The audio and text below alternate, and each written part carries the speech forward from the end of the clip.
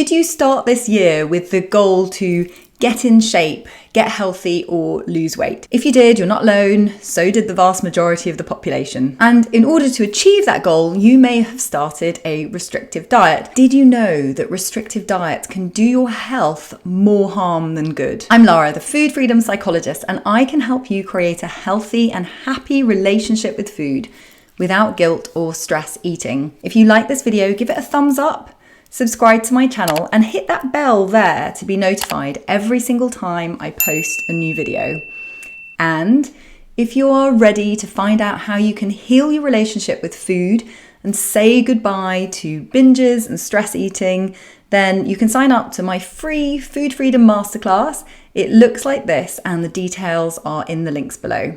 In my signature program, I work with so many women who have dieted for years and years and fallen off that healthy eating wagon over and over again. Does that resonate with you? What they've found is that constant dieting really ends up messing with their relationship with food.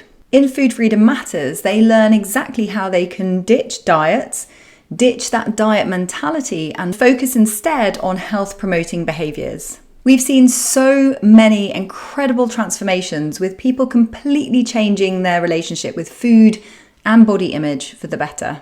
So before we dive in, I have a question for you. Did you start this year on a diet? I totally get it. For so many years, January for me was about doing some sort of diet or clean eating regime or healthy eating plan so that I could get in shape or lose a holiday bulge. Having done so many of them, I know that diets or health eating plans essentially do one of two things: either restricting your calories or restricting certain food groups. And even the ones that say that they're a lifestyle and not a diet do exactly the same thing. So diets work in the short term because you're restricting the amount of food you eat. And whether that's through counting calories or counting macros, limiting carbs, cutting out carbs, limiting the time period in which you can eat. When you are eating less, you will lose weight. However, and it's a big however, the research shows that in the first 6 months, you will lose on average about 10% of your body weight.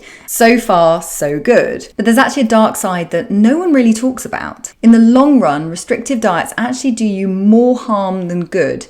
And here's 4 reasons why.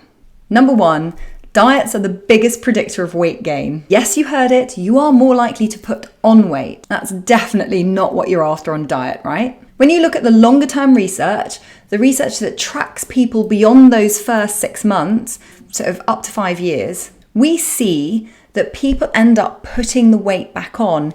And in 2/3 of cases, they end up heavier than when they started before that initial diet. And actually research shows that yo-yo dieting, that's when you're gaining and losing that same weight, is implicated in lots of negative health outcomes, including increasing your levels of cortisol and stress. So not what you're after, is it? Number 2, diets set you up for failure over and over again. So what's the best way to make money? That is repeat customers, right? So how's this for a great money-making exercise? You offer them something that fails, and when it doesn't work, you blame the customer. So this is what happens with diets. They start a diet, and it doesn't work in the long run, but then people blame themselves, like it's my willpower or I didn't stick to it long enough. So you make the customer feel so bad that they want to try again. So they go on another diet, and eventually that one doesn't work either. But then they blame themselves and say it's their willpower, they didn't try hard enough, and they try another one. So there we have that kind of repeat customer thing going on. However, it's so bad for us. It's so bad for us to feel that we are failing over and over again, that it's our fault that it didn't work. And that eventually ends up making you feel like a failure and negatively impacting your mental health. It's the diet that's to blame because they set you up to fail. And if you want to know some of the reasons behind why they fail, then you can check out this video here where I go into a lot more detail about the biological and psychological mechanisms why they just don't work. So number 3 is that diets mess with your biology, and especially your hunger hormone. So when humans face a famine, also known as a diet, one of the cleverest things that your body does is it stimulates your hunger hormones so that you feel more hungry, but it also stops you producing too many of the fullness hormones. So it takes more to actually feel full.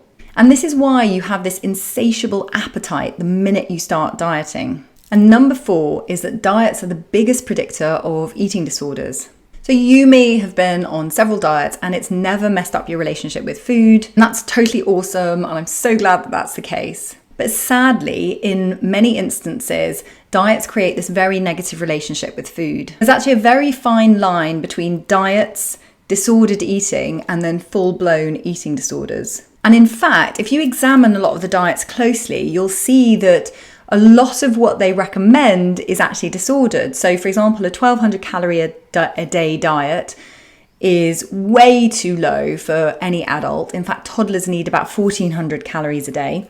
Intermittent fasting, I know that there are some proponents of it, but really it's just skipping meals, which is exactly what I did, which led me to my eating disorders. And in fact, the National Eating Disorders Association suggests that diets are a precursor to eating disorders. So every time you diet, you are potentially creating a negative and disordered relationship with food, which can potentially lead to an eating disorder. So let me check in with you here.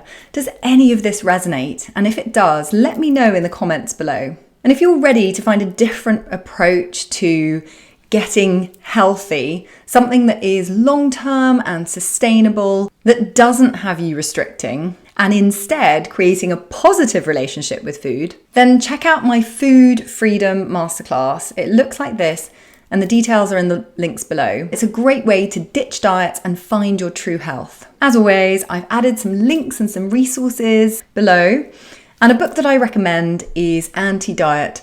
It's an absolutely brilliant book that really goes into much more depth about the negative impact that diets have on your body. So check out these videos next for more food freedom, health, and mindset tips.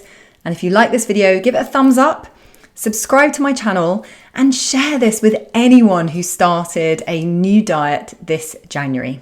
Bye for now.